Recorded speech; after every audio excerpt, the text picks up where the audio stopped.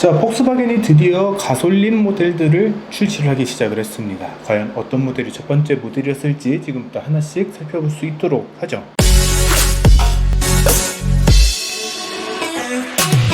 자, 여러분 안녕하세요. 카메오진 최정필 기자입니다. 시작 멘트를 약간 좀 거창하게 해봤는데 여러분들은 정답을 다 알고 계실 거예요. 오늘 출시된 가솔린 SUV라고 한다면은 이 차를 떠올릴 수밖에 없거든요.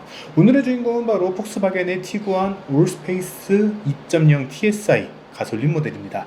일단 이 폭스바겐의 티구안 굉장히 베스트셀링 모델이고 주력 모델이다 라고 이야기를 할 수가 있죠. 폭스바겐의 전체 라인업에서는 이 위쪽에 투아렉이라고 하는 플래그십 모델이 자리를 하고 있기는 하지만 전체적인 판매 볼륨을 가져가는 모델이다 라고 한다면은 이 티구안을 선택을 할 수밖에 없을 겁니다.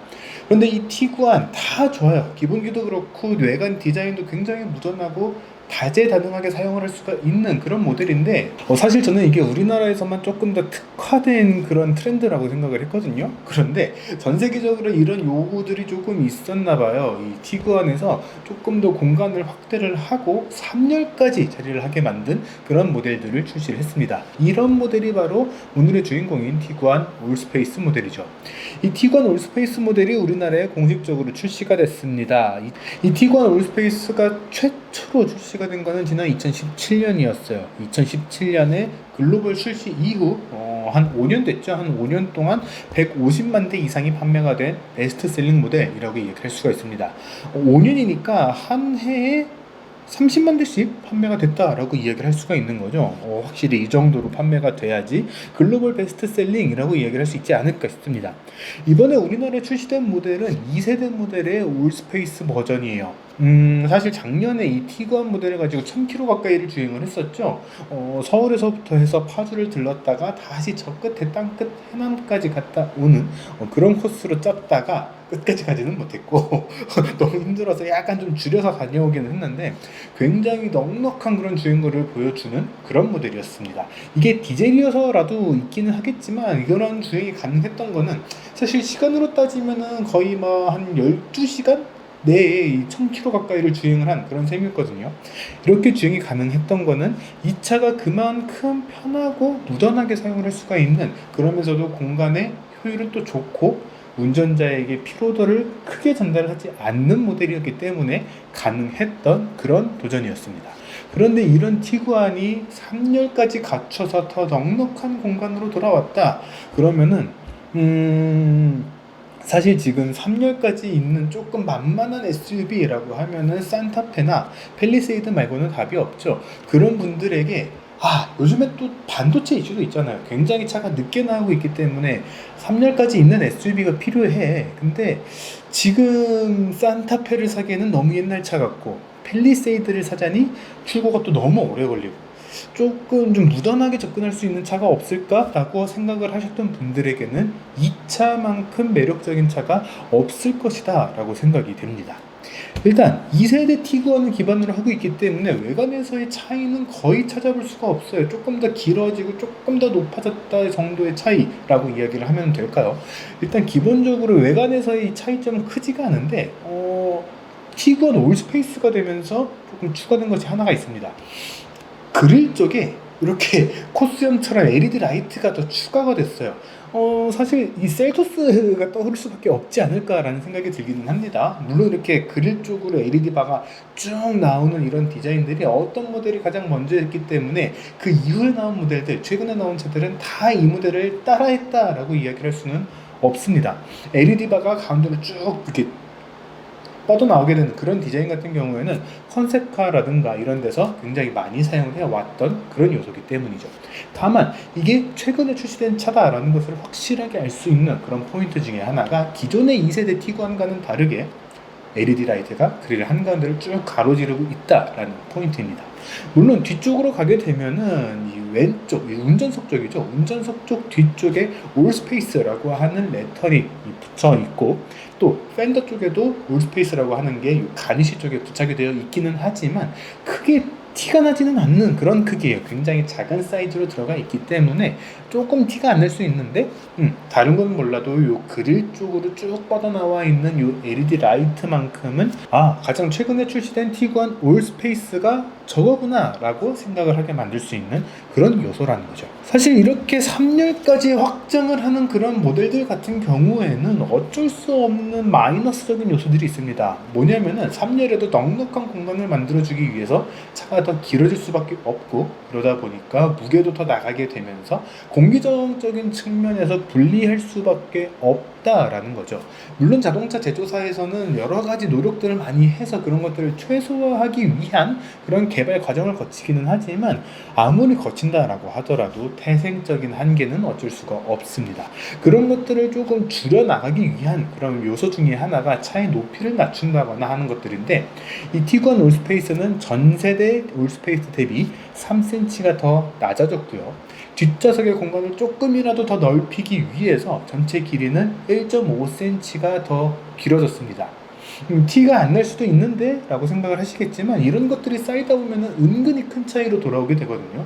특히 실내 공간에서는 1cm 차이가 났다라고 하더라도 손이 아예 안 들어가던 것이 손 정도는, 손바닥 정도는 왔다 갔다 할 수 있는 그런 차이를 만들어주기 때문에 실제 체감되는 크기는 더욱 크다라고 얘기를 할 수가 있습니다. 결코 작은 차이가 아니라는 거죠. 사실 폭스바겐에 다양한 파워트레인들이 많이 있습니다. 우리나라에는 유독 디젤 파워트레인만 많이 갖고 오기는 했지만, 일본이나 이런 다른 유럽 시장 혹은 미국 쪽, 북미 쪽 시장들의 홈페이지를 들어가 보면은 플러그인 하이브리드도 있고요. 오늘 출시한 것과 같은 이런 가솔린 TSI 모델도 있고요. 순수전기차인 ID 패밀리도 이미 몇몇 나라에서는 판매를 하고 있죠. 물론 아직은 유럽 쪽에서만 판매를 하고 있기는 하지만, 폭스바겐이 가지고 있는 이 파워트레인의 가지수는 생각보다 무궁무진합니다. 배기량만 따진다라고 하더라도 1.4, 1.6, 2.0 굉장히 다양한 그런 파워트레인을 가지고 있는 회사기 때문에 이런 것들을 마음만 먹었다면은, 혹은 본사 쪽에서, 폭스바겐 본사 쪽에서 한국 시장에 투자 많이 해, 좋아, 빠르게 가, 이런 것들을 했다라고 한다면은 분명 더 빨리 들여올 수도 있는 그런 모델이었다라는 점이 조금 아쉬운 점이기는 해요. 어쨌든 아쉬운 거는 아쉬운 거고, 어쨌든 이제는 우리나라에는 출시가 됐습니다. 디젤 모델도 계속해서 판매를 하고 있고, 이번에 가솔린 모델도 출시를 했죠. 이렇게 두 가지만 판매를 하느냐? 아닙니다. ID4 굉장히 오랫동안 기다렸죠. 원래라면은 작년 말 혹은 올해 초, 올해 4월 달에 공식적으로 출시가 돼야 했는데 계속해서 딜레이가 됐어요. 하지만 9월 달에 진짜로 출시를 할 예정이다라고 사샤 아사키지안 폭스바겐 부문 대표가 공식적으로 코멘트를 남겼습니다.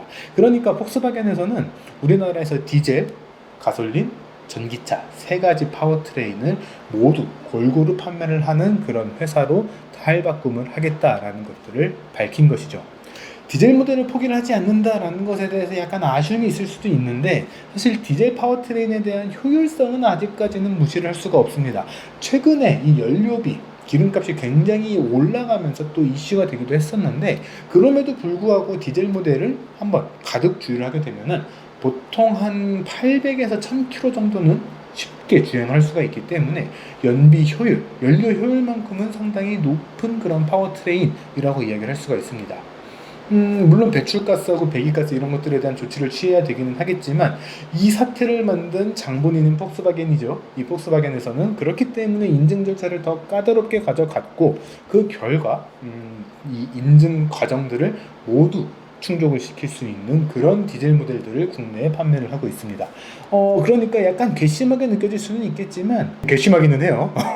괘씸하지만 그래도 다양한 파워트레인을 이용을 해서 다양한 포트폴리오를 구성을 했다라는 거는, 우리나라에서 자동차를 새롭게 구매를 한다라고 했을 때 더 다양한 선택지가 마련이 된다라는 것이기 때문에 나쁘게만 봐야 되는 그런 요소는 아니다라고 생각이 듭니다. 사실 티구안도 그렇고 이번 티구안 올스페이스도 그렇고 두 모델 다 굉장히 도심적이고 무던한 그런 어반 스타일의 SUV라고 얘기를 할 수가 있습니다. 그런데 이번 티구안 올스페이스에서는 이 범퍼 아래쪽이죠. 범퍼 아래쪽에 크롬의 라인을 살짝 위쪽으로 올라오게 만들어서, 지금 보니까 약간 불독 볼처진 그런 느낌이 약간 들기는 하고, 어떤 면에서는 또 티벌리도 연상이 되기는 하는데 약간 좀 와일드한 그런 정면 모습들을 좀 가져간 그런 모습들을 확인을 할 수가 있습니다. 헤드램프 같은 경우에는 뭐 IQ 라이트 LED 매트릭스 헤드램프라고 하는 굉장히 긴 이름의 이 헤드램프가 적용이 됐다라고 하는데 사실 예전부터 계속해서 사용을 하고 있었죠. 티구안도 그렇고 아테온이라든가 8세대 골프 이런 모델들에서도 계속해서 적용을 해왔던 거기 때문에 특별하게 설명할 만한 내용은 아니다라고 생각이 듭니다. 3열까지 자리를 하고 있기 때문에 2열을 딱 접고 3열까지 탈 수 있는 그런 구성도 만들어줘야 되는데 2열 시트에서 이 등받이 쪽에 있는 레버를 싹 당겨주게 되면은 뭐 완전 폴딩이 되는 풀플랫이라고 하죠. 완전 폴딩이 되는 그런 모습들도 확인을 할 수가 있고요.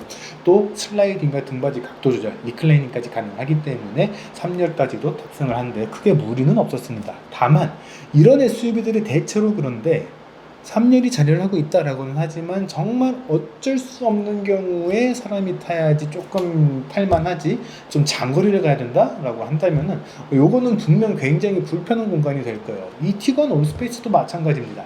어쩔 수 없이 거기다가 이 차 같은 경우에는 뒤쪽에 스페어 타이어도 장착을 하고 있거든요. 요즘에는 뭐 리페어 킷, 펑처 리페어 킷 뭐 이런 식으로 해서 수리 키트, 구급 긴급 구조 키트 뭐 이런 것들만 장착을 하고 있는데 이 차 같은 경우에는 스페어 타이어를 장착을 하고 있어요. 보통 이렇게 스페어 타이어가 딱 들어가 있는 경우는 요즘에는 뭐 아예 하단 오프로드를 가는 모델이라든가 그런 모델에서만 만나볼 수가 있는데 대중 브랜드의 도심형 패밀리 SUV라는 점에서 이 스페어 타이어를 그대로 가지고 있다? 요거는 좀 단점이기는 합니다. 왜냐하면 이렇다 보니까 3열의 시트 자체가 약간 좀 위로 올라가 버렸어요. 그럼에도 불구하고 발 공간도 같이 올라와 버렸기 때문에 발 공간이 그렇게까지 편하지는 않습니다.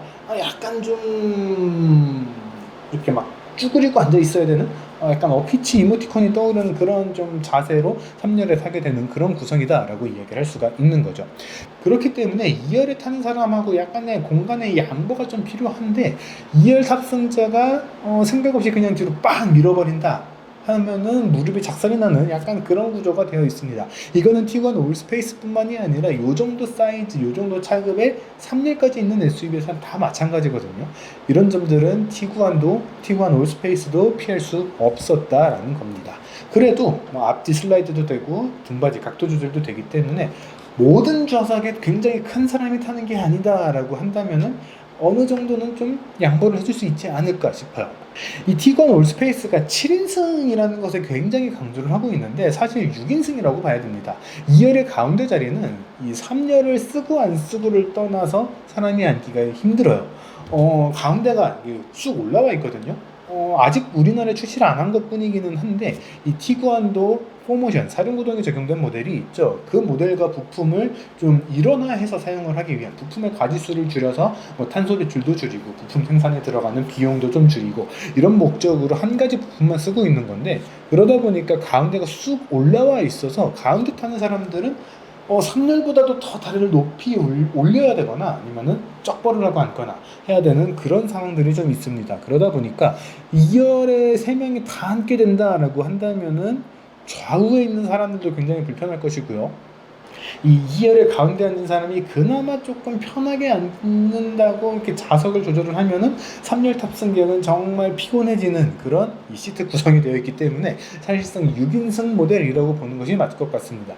이렇게 될 것이다 라면은 뭐 산타페 6인승이나 뭐 이런 다른 차들처럼 그냥 가운데 좌석 날려버리고 조금 더 넉넉한 그런 탑승객 공간을 만들어주면 어땠을까라는 생각이 들어요. 그렇게 되면 3열 탑승객들도 한쪽 다리는 접고 한쪽 다리는 쭉 펴고 이렇게 해서 더 편안한 그런 승차 공간을 만들 수 있지 않았을까라고 생각이 드는데 뭐 나름의 생각이 있었겠죠. 그 생각이 저는 뭐였는지 잘 이해는 안 되긴 하지만 나름의 생각은 있었을 것이다 라고 생각이 됩니다. 그리고 이제 엔진이 가장 좀 포인트가 되지 않을까 싶습니다. 그동안에는 계속해서 2리터 TDI 디젤 엔진을 장착을 해왔었는데 이번 티구안 올스페이스는 2리터 TSI 가솔린 직분사 터보차저 엔진 이름 되게 길어. 이런 엔진을 장착을 하고 있고 또 8단 자동 변속기가 장착이 되어 있어요. 이렇게 두 가지가 조합이 돼서 발휘하는 성능은 최고 출력은 186마력, 최대 토크는 30.6kgm/M를 발휘를 한다라고 이야기를 합니다. 가솔린 모델 치고는 토크가 조금 높다라는 생각이 들고 배기량을 생각을 하면은 최고 출력은 조금 같다라고 생각이 돼요. 이런 조합들이 아무래도 사람이 많이 탈 것을 실제로 사람이 많이 타던 못 타던 사람이 많이 탈 것을 감안을 하고 차를 개발하다 보니까 토크는 좀 높였다라는 생각이 들고, 이 토크를 높이기 위해서 최고 출력은 조금 낮췄다라고 생각이 됩니다. 거기다가 이 티구안 올스페이스라는 차 자체가 사람을 많이 태우고 다니는 패밀리 SUV적인 성향이 강하기 때문에 또 이렇게 좀 편안한 승차감을 만들기 위해서 엄청나게 밟고 다니는 그런 차는 아니잖아요. 그렇기 때문에 최고 출력 측면에서 약간 좀 감수를 한 것이 아닌가라고 생각이 듭니다. 그 외에는 사실 특별한 내용이랄 것은 없어요. 기존의 티구안이 워낙에 잘 만들어진 무던한 차였기 때문에 그런 성향들을 그대로 가져가지 않았을까라고 생각이 되고, 그런 티구안에다가 공간이라고 하는 특징을 더해준 그런 모델이기 때문인데, 공간이라고 했으니까 트렁크 공간에 대한 이야기도 좀 해보도록 하죠. 이런 차들을 사는 이유 중에 하나는 트렁크를 굉장히 크게 쓸 수 있기 때문이다 라는 이야기를 많이 하는데, 저도 이번에 사무실을 옮기면서 조금 체감을 하기는 했습니다. 이 티구안 올스페이스 같은 경우에는 3열까지 다 펼치게 되면은 230리터라고 하는 적재 공간을 보여주고요. 3열을 접게 되면은 700리터, 2열까지 다 접게 되면은 1775리터라고 하는 트렁크 적재 공간을 확인을 할 수가 있습니다. 이 1775리터 가늠이 좀 안 될 텐데, 제가 그냥 대자로 누워 있으면은 손목 정도가 좀 접히는 그런 공간이다 라고 보시면 될 것 같고, 위아래 높이도 상당히 높은 편에 해당을 하기 때문에 제가 그냥 눕는다 라고 하면은 저만한 사람이 제 위로 4명 정도는 더 쌓일 수 있다 라고 생각을 하시면 될 것 같아요. 상당히 광활한 그런 트렁크 수납 공간이다 라고 생각을 하시면 좋을 것 같고, 트렁크 쪽에 230V 파워 아울렛이 또 자리를 하고 있습니다. 다만 우리나라 같은 경우에는 원형 코드가 상당히 많은데 요 파워 아울렛의 요 전기 콘센트가 그냥 육각형 모양의 콘센트로 딱 박혀 있더라고요.